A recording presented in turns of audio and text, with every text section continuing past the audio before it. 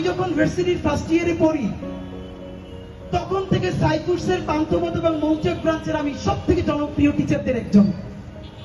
আমি যখন ফার্স্ট ইয়ারে পড়ি তখন ভার্সিটি এডমিশনের জন্য একটা ইংলিশ বই লিখছিলাম, চান্স প্লাস।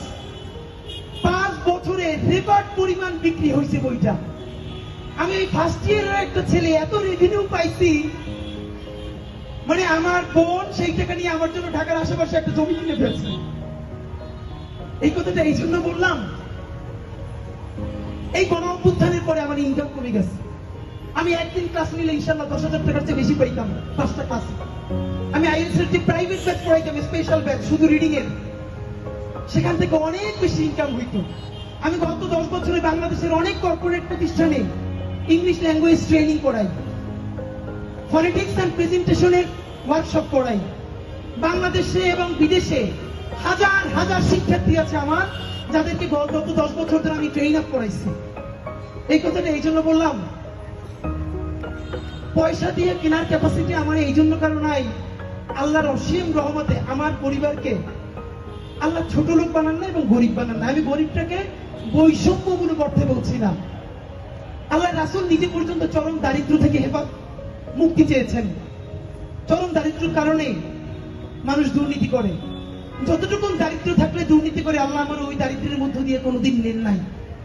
আপনারা দোয়া করেন আল্লাহ যেন আমারে ওই পরিমাণ দারিদ্র অথবা দুনিয়ায় আল্লাহ ছাড়া কোনোদিন কারো কাছে মুখাপেক্ষী না করে।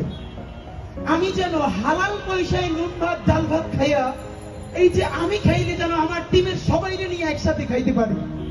আপনারা অনেকেই আমারে কিছু খাওয়াইতে চান, গত 1 বছর ধরে জানেন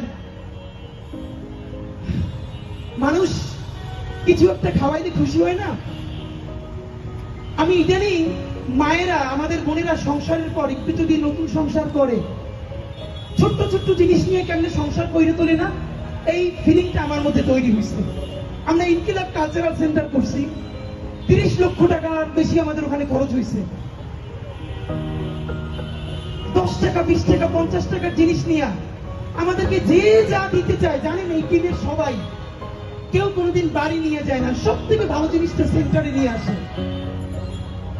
বাবা বাসায় নতুন একটা ফার্নিচার কিনলে ছোট বাচ্চারা যেরকম খুশি হয় না, জানেন আমাদের টিমের পাগল ছেলে মেয়েগুলো কিরকম। আপনি ওদেরকে এক সন্ধ্যা ভালো খাওয়াইতে চাবেন, জীবনে খাওয়াইতে পারবেন না।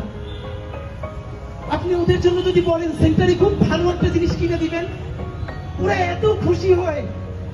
আমার মনে আছে আমি চায়না গেছি পর, ওরা আমার বললো যে একটা ভিজিয়ে যে সাউন্ড রেকর্ডার, ভালো দাম,